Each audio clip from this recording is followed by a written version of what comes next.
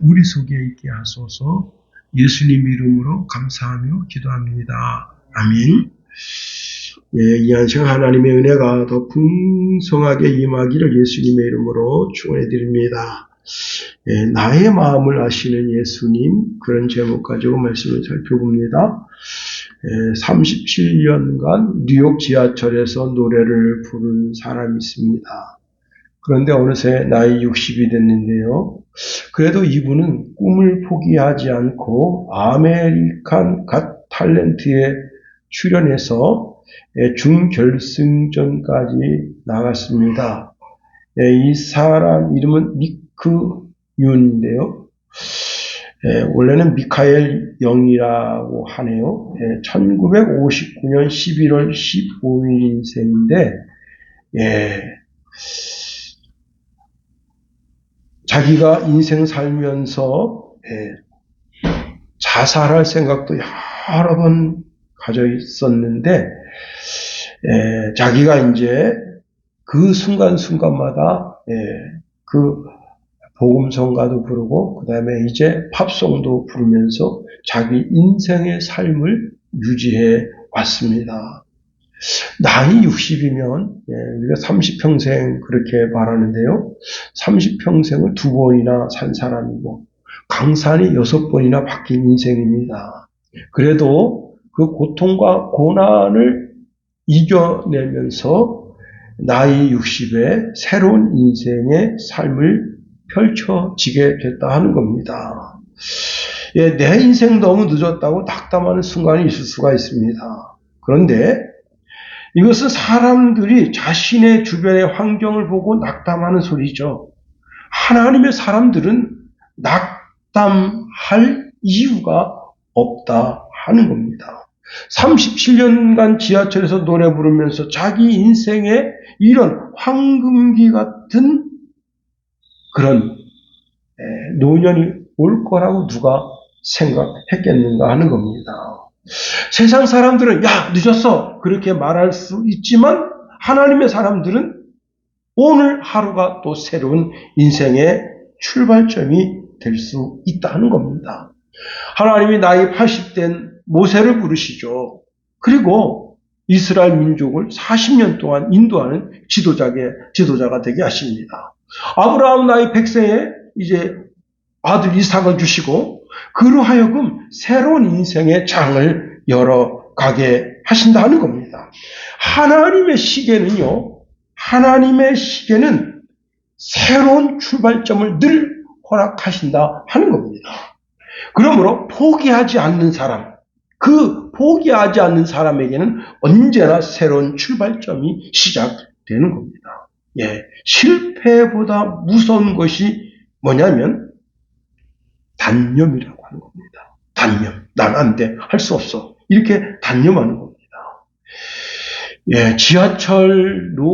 지하철에서 부르는 그 노래가 여러분, 전 세계 사람들이 듣는 노래로 그렇게 확장될 거라고 누가 생각했겠는가 하는 겁니다. 미디안 광야에서 양치기 하던 그런 허접한 인간이 어떻게 한 민족을 인도하는 지도자가 될 수 있었겠는가 하는 겁니다.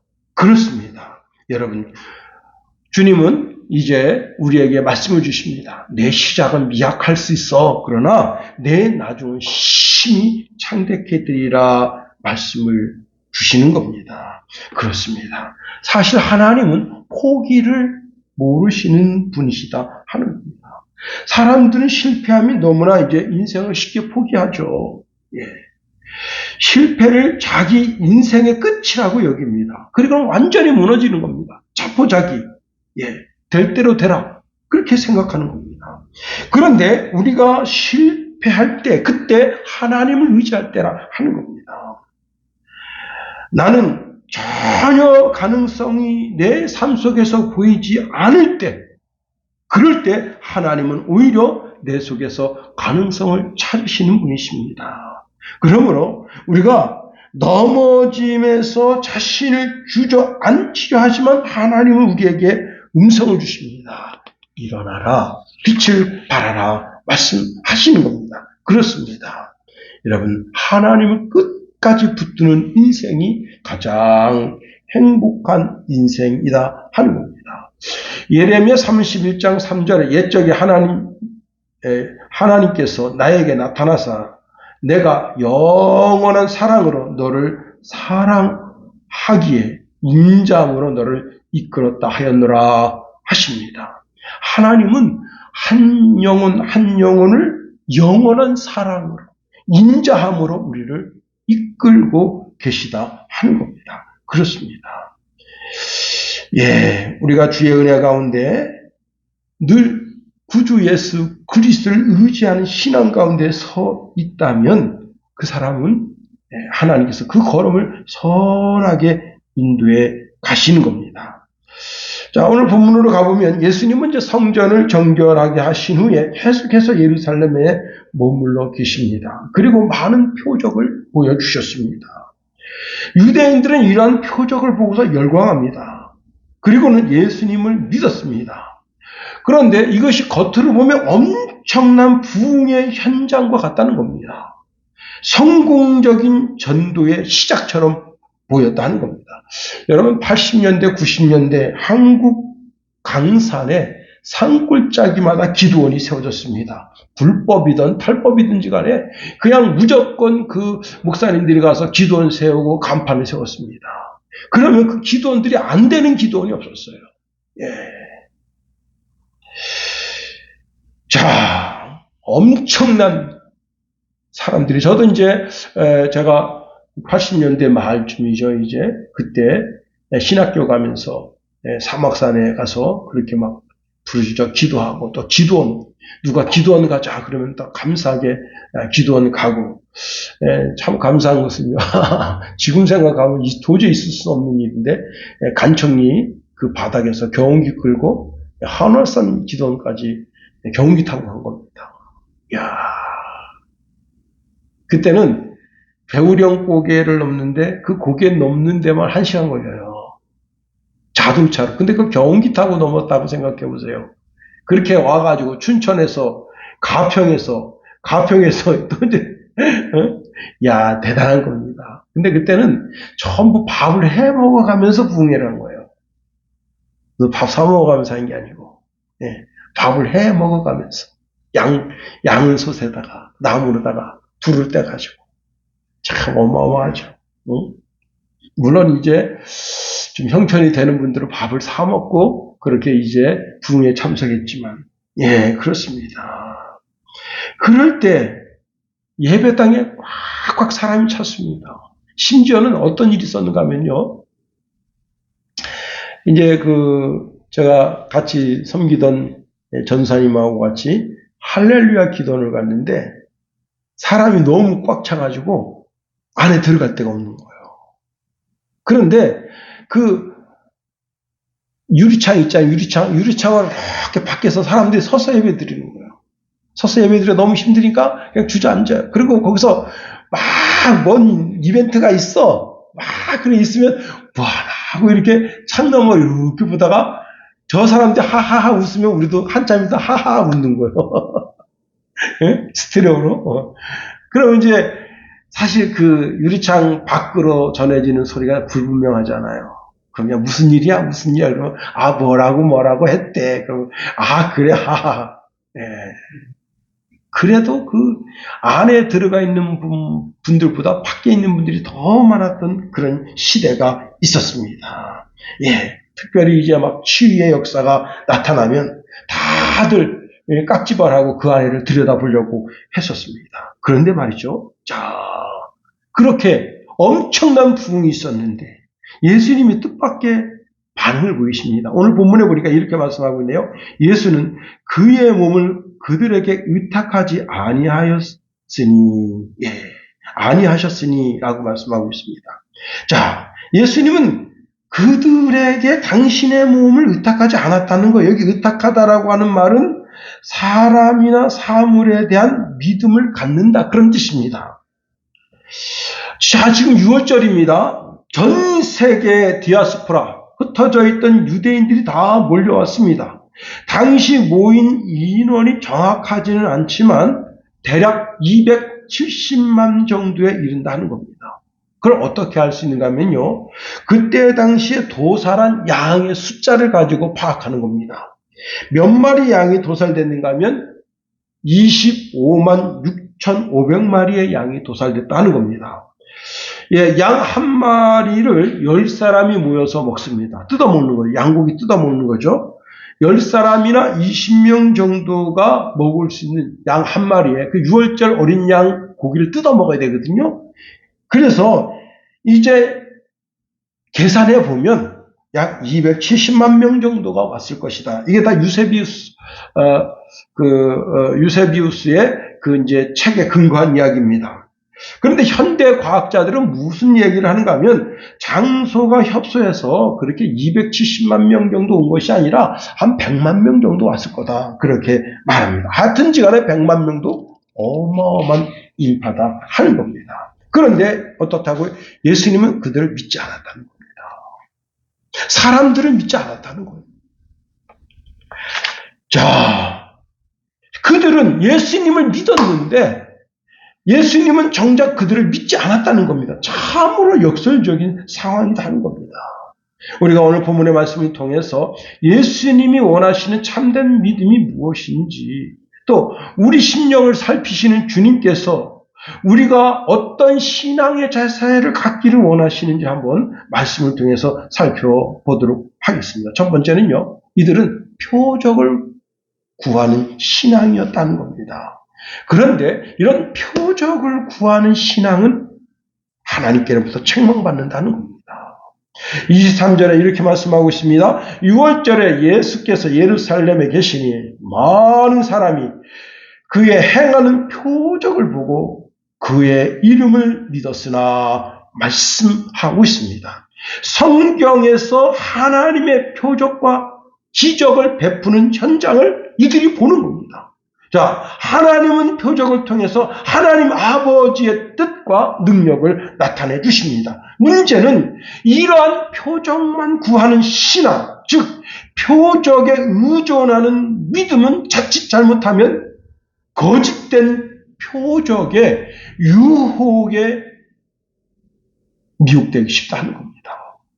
그래서 성경은 표적만 구하는 신앙에 대해서 아주 강하게 비판합니다. 저는 갔다 오지는 않았는데 거기 그 집회에 갔던 그 전도사님이 이제 그 옛날에 그 투지폰이란 말이에요. 근데 그걸 가지고 자기 딴은 동영상, 기적의 현장을 동영상을 찍은 겁니다. 그런데 무슨 현상이 있었는가 하면 그 강대상에 무지개가 뜬 거예요. 여러분, 이 강대상에 무지개가 뜨려면 뜰 수 있겠어요? 자, 여기 강대상에 무지개가 뜨려면 어떤 일이 있어야 되겠습니까? 네. 강력한 빛이 있어야죠. 강력한 빛. 그 다음에 뭐가 있어야 되죠? 물이 있어야 되죠. 수증기. 자, 그러면 그걸 어떻게 만들 수 있을까요? 네. 어차피 이제 강대상엔 강력한 서치라이트가 있습니다. 그러면 물을 어떻게 하면 될까요? 분무기로 쏘면 되는 거예요. 분무기로. 그런데 이 전도사님은 거기에 매료된 거예요. 와, 그 기도원에 갔더니 거기 그 강대상에 무지개가 생기더라. 이 하나님의 언약의 무지개다.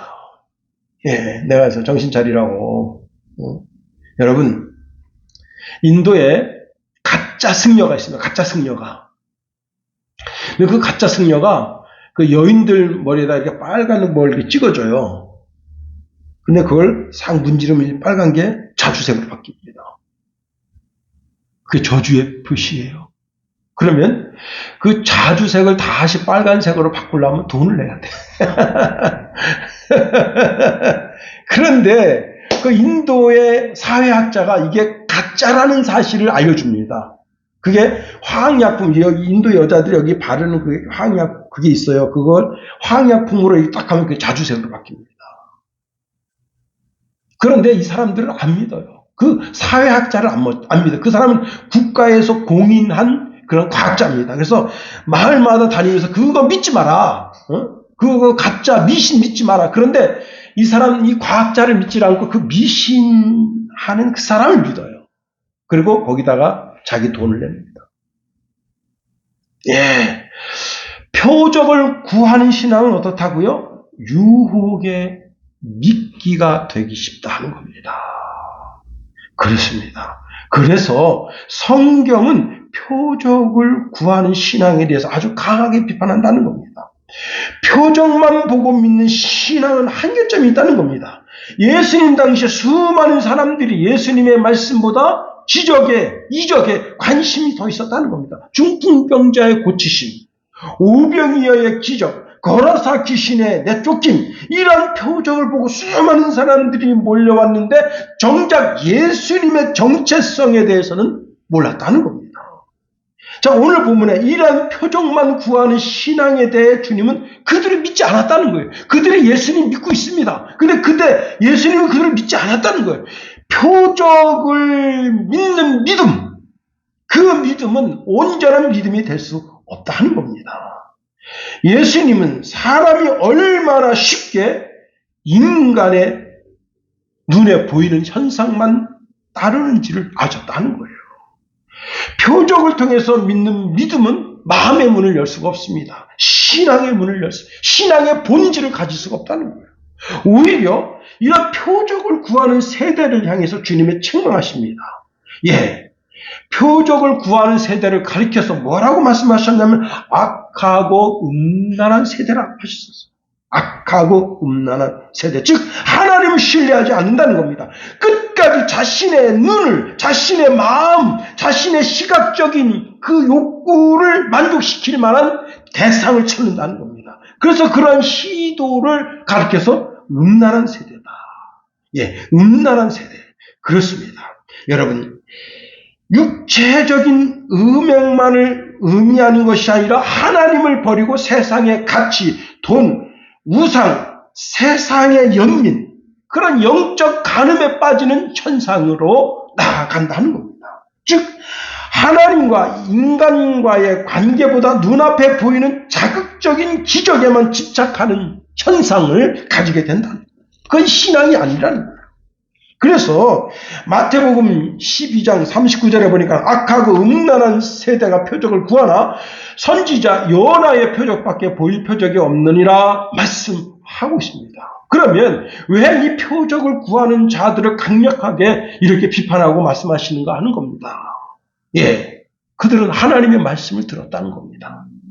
예수님의 사랑도, 예수님이 말씀하시는 진리도, 그리고 예수님이 그들에게 더 하나님의 나라에 대해서 그렇게 말씀하시는 그 말씀을 들었음에도 불구하고 그 말씀에 대해서는 시큰둥한 반응을 보이고 계속해서 더 강력한 증거, 더 강력한 기적만 요구할 때 그것은 하나님을 시험하려 달겨드는 태도에 지나지 않는다는 겁니다.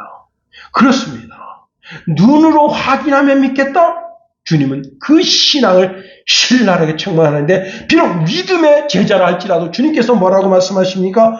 너는 나를 본고로 믿느냐? 보지 못하고 믿는 자들은 복되도다 말씀하시면서 도마를 책망하신 겁니다. 주님은 거짓 표적에 대한 경고를 강력하게 하십니다. 이렇게 말씀하시네요. 마태복음 24장 24절에 보니까 거짓 그리스도들과 거짓 선지자들이 일어나 큰 표적과 기사를 보여 할 수만 있으면 택하신 자들도 미혹하리라. 데살로니가 후서 2장 9절에 보니까 사탄의 활동을 따라 모든 능력과 표적과 거짓 기적과, 다시 말하면 기적이 일어났다고 해서 거기 그 기적이 하나님께로부터 왔다고 생각하면 큰 오산이라는 거예요. 우리 삶에 표적이 나타나면 좋죠. 우리 순양교회 표적이 나타나서 여러분 암 환자가 와서 그냥 암 덩어리가 그냥 오물처럼 쏟아져 나가고, 눈먼 사람이 와서 눈이 떠지고, 참 좋죠. 놀라운 기적을 통해서 그것이 복음을 증거하는 그런 이제 역사가 나타나면 얼마나 좋겠어요. 그런데 여러분, 그렇게 자꾸 표적만 구하는 신앙은 결국은 어떻게 되느냐? 이단자의 보기가 된다. 그러므로 여러분, 우리는 뭐죠? 하나님의 말씀을 듣는 귀가 열려야 되는 겁니다. 요한복음 20장 31절에 성경을 기록한 목적에 대해서 말씀하고 있습니다. 오직 이것을 기록하면 너희로 예수께서 하나님의 아들 그리스도이심을 믿게 하려 함이요. 또 너희로 믿고 그 이름을 힘입어 생명을 얻게 하려 함이라 말씀하십니다. 그렇습니다. 우리는 하나님의 말씀을 들어야 된다. 이 시간에 와서 하나님의 말씀을 듣는 거죠. 그렇죠. 두 번째로 주님은 인간의 연약함과 본질을 꿰뚫어 보셨다는 겁니다. 우리 24절 다 같이 한번 읽어볼까요? 24절 시작. 예수는 그의 몸을 그들에게 의탁하지 아니하셨으니 이는 친히 모든 사람을 아심이요. 미국의 그 양떼 목장이 있는데요. 우리 이제 대관령의 그 양떼 목장하고 똑같이 생겼는데 양을 부를 때 이렇게 부릅니다. 티카 이렇게 부릅니다. 티카. 거기 이제 수많은 관광객이 왔어요. 그러니까 우리나라처럼 이제 관광버스를 와서 풀어놓고 그 양떼 목장에 가서 양을 보게 합니다. 근데 양이 이렇게 울타리 근처에 있는 게 아니라 저 멀리 수십 마리가 거기 앉아있고 뭐 푸뜯어 먹고 막 그런 상태예요. 근데 이제 그 가이드가 이제 이렇게 퀴즈를 냅니다. 한 마리 양이라도 불러서 여기 오면 내가 이제 뭐 기념품 하나 준다. 그래서 사람들이 이제 불러요. 티카 티카. 눈 하나 깜짝 안 해요. 야, 신기합니다. 그 많은 양들이 목소리를 이제 그 가이드가 그래요. 목소리가 약해서 그런가 봐요. 큰 목소리를 해보니까 티카 티카. 한 마리도 안 들어봅니다. 고개도 까딱 안 해요. 이야, 깜짝 놀랄 일입니다. 그런데 이번엔 웬 할머니가 왔습니다. 누구냐?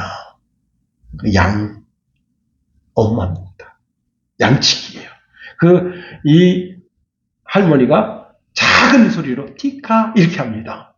모든 양들이 풀 뜯어 먹다가 낮잠 자다가 고개를 들고 그 목소리 난 데 딱 쳐다봅니다.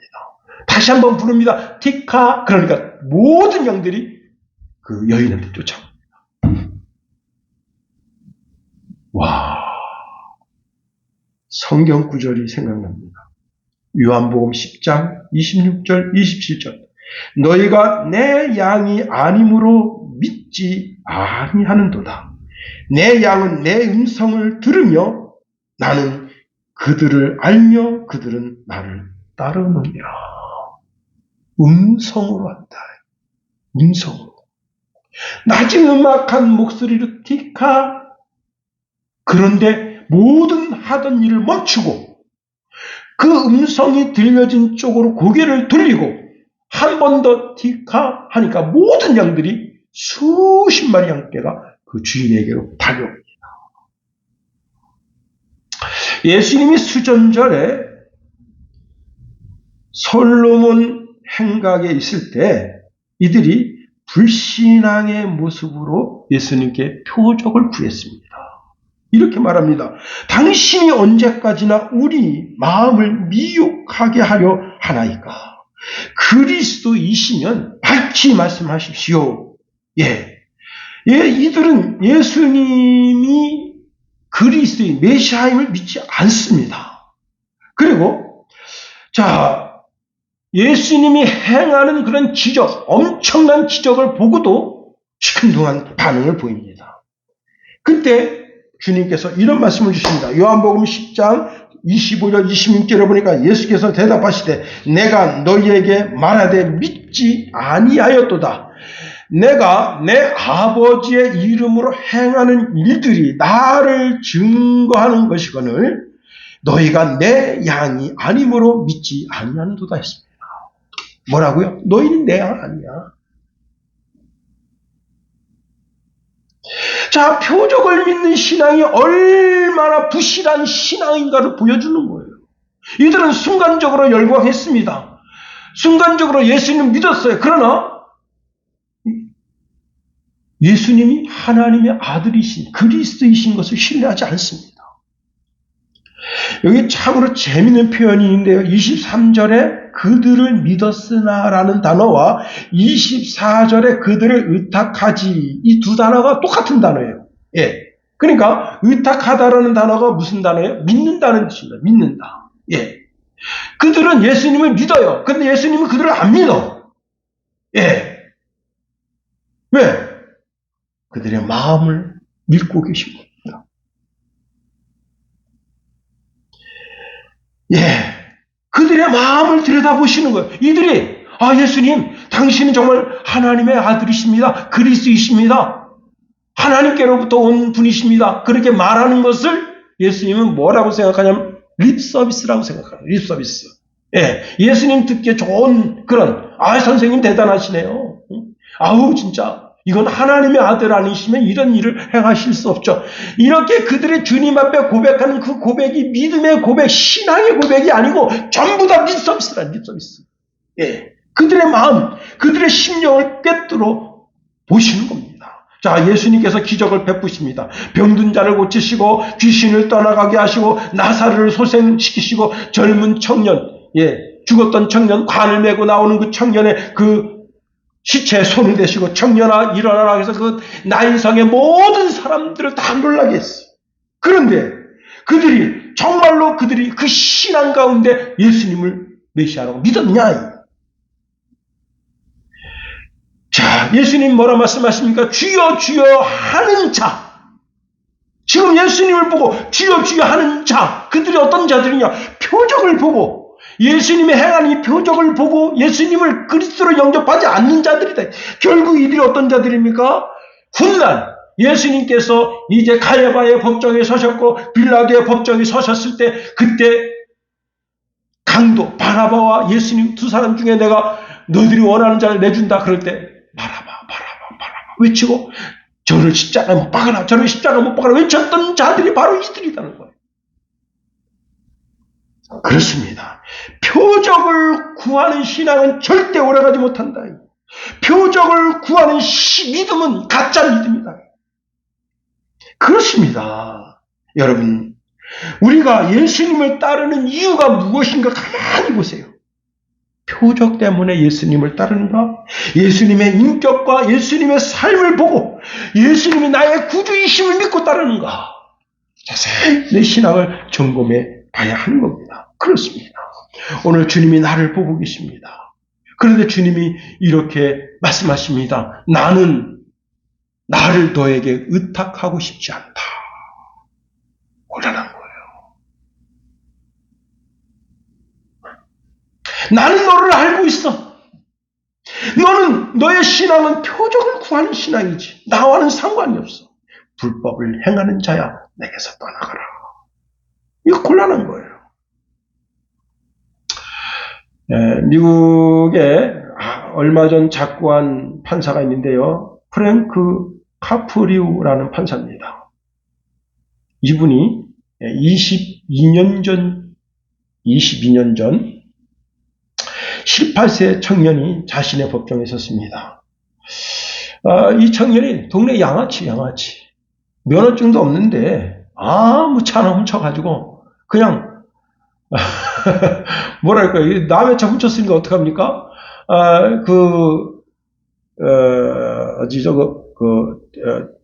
대구에서 중학교 5놈이 아무 차나 훔쳤어요. 차에 시동이 걸려있어요. 그래서 야 타 그래가지고 그 차를 끌고 서울까지 왔습니다. 이야, 몇 킬로를 뛰었냐면 358km인가 뛰었나 그렇게 뛰고 도로 그 자리에 갖다 놨습니다. 기름 다 태운 다음에 그 자리에 갖다 놨는데 이제 이상하게 여기서 경찰에 신고했더니 그럼 잡힌 겁니다. 이런 청년이에요. 동네 아무 차나 가서 유리창 탁 깨고 그 다음에 이렇게 차 밑에 가서 이렇게 부릉부릉 해가지고 차를 막 끌고 다니는데 이제 미국엔 카메라는 없지만 막 차를 험하게 끌고 다니고 그래가지고 이제 이 법정에 섰는데 그 법정에 누구를 만났는가 하면 프랭크 카프리우 판사를 만났습니다. 프랭크 카프리우 판사가 이 젊은 청년에게 이렇게 말했습니다. 너는 나중에 어떤 사람이 되고 싶니? 첫 번째, 교도소를 들락날락하며 살 수 있는 그런 사람 되고 싶니? 과속하다가 사고로 죽는 그런 사람이 되고 싶니? 아니면 오늘 마음을 새롭게 함으로 전혀 새로운 삶을 사는 사람이 되고 싶니? 세 가지를 이야기했습니다. 그때 이 청년이 자기 미래가 딱 보이는 거예요. 뭐냐면, 자, 이렇게 남의 차를 계속 훔쳐가지고 타고 다니다가 결국은 계속 교도소를 들락날락 하는 범죄인이 되든지, 아니면 지금처럼 남의 차 훔쳐가지고 과속으로 달리다가 그냥 전주죄를 받든지 앞에 차를 받아가지고 그냥 튕겨나가서 창자가 터져 죽든지, 아니면 오늘 지금 이렇게 카프리오 판사 앞에 섰을 때 그때 마음을 고쳐먹는 거예요. 내 마음. 내가 이렇게 살면 안 되지. 그래서 이 청년이요, 거기서 마음을 고쳐먹었습니다. 즉시 가서 어떻게 했는가 하면 트럭 면허를 땄습니다. 저는 깜짝 놀랐습니다. 트럭 기사는요, 보통 직업이 아닙니다. 예. 미국에서 트럭 기사가 된다고 하는 것은 단순한 직업이 아닌 미국 물류 경제를 움직이는 핵심 산업의 일원이 되는 것이고, 아주 높은 강도의 책임감이 주어지고, 식료품, 자동차 부품, 가전제품, 건축제품, 미국 전역의 물건을 운반하는데 트럭 기사가 멈추면 미국이 멈춘다. 깜짝 놀랄 일입니다. 그런데 자, 이분이 무슨 면허를 땄다고요? 트럭. 아주 어마어마하게 커요. 트럭이 길이가, 예? 거의 한 20m 정도 되는 트럭이에요. 그리고 그 뒤에 또 하나를 달고 다녀. 문제는 뭐냐면, 여러분, 자동차 몰고 다니다가 카메라 있으면 어떻게 되죠? 이게 알려주잖아. 삐삐삐삐 앞에 카메라 알려주잖아. 근데 이 트럭은 멈출 수가 없어. 그냥 찍혀. 그래서 이 고지서가 계속 날아가서 그 고지서가 이제 자기 집에 쌓였는데 그걸 안 냈더니 법원에서 출두하라. 그랬는데 자기가 가서 보니까 20년 전 자기한테 충고한 그 카프리오 판사입니다. 그래서 이제 지금은 이제 40대 중반쯤 된 이분이 그 카프리오 판사한테 이렇게 말했습니다. 판사님, 그때 저한테 이렇게 말씀하셨습니다. 너는 세 가지 선택지가 있다. 과속 운전하다가 되지든지, 아니면 계속 남의 차를 훔쳐서 타다가 범죄인이 돼서 교도소 들락날락 거리든지, 오늘 마음을 고쳐먹으면 네가 새로운 사람이 될 수 있다. 그때 저는 그 판사님의 말씀을 듣고 새로운 사람이 되기로 작정했습니다. 그리고 자동차 면허증을 따서 이 트럭 모는 트럭커가 됐습니다. 감사합니다. 다만 제가 이렇게 트럭을 몰고 계속 도시를 다니다 보니까 어쩔 수 없이 이제 이렇게 과속하다가 앞에 카메라 찍혔는데 그 벌금을 내도록 하겠습니다. 그랬더니 카프리오가 뭐라는 줄 알아요? 모든 벌금을 면해준다. 이야, 여러분, 오늘 본문에 있는 말씀과 카프리오 판사의 그 판결에 근거해서 여러분, 우리의 신앙을 오늘 고쳐먹을 수가 있습니다. 교회의 화려한 성가대, 또 교회가 만들어내는 퍼포먼스, 여러분, 교회의 그 정말 멋진 시스템, 그런 것 가지고 교회에 다니는 그것은 진짜 신앙이 아닐 수 있다는 거예요. 오늘 우리가 마음을 고쳐먹을 수 있어요. 어떻게? 예수님의 그 인격과 그 삶을 내 신앙의 동기로 삼고 그분의 삶을 살겠다고 마음에 다짐을 하면 먼 훗날 주님 앞에 섰을 때 우리가 마치 청년이 카프리오 판사 앞에 서서 이야기하듯 말할 수 있습니다. 예수님 기적과 이적을 보고 예수님 따른 것이 아니라 예수님의 인격과 예수님의 삶을 내가 살고 싶어서 예수님은 나의 주님으로 영접했습니다. 그리고 지금 이렇게 내가 살아왔습니다. 고백한다면 그렇습니다. 주님이 뭘 하시겠습니까? 너는 정말 나를 의탁하는 자구나. 나를 믿는 자구나. 오늘 너 나와 함께 낙원에 있으리라 말씀해 주지 않으시겠습니까? 그렇습니다. 여러분, 기적을 보고 믿는 신앙이 아니라 주님의 인격을 보고 그분이 나의 주가 되시고 나의 메시아가 되시고 하나님의 아들 되심을 믿고 그 믿음 가운데 거하는 여러분과 저가 되기를 예수님의 이름으로 축원해 드립니다. 기도하겠습니다. 하나님, 우리를 붙드시며 인도하소서.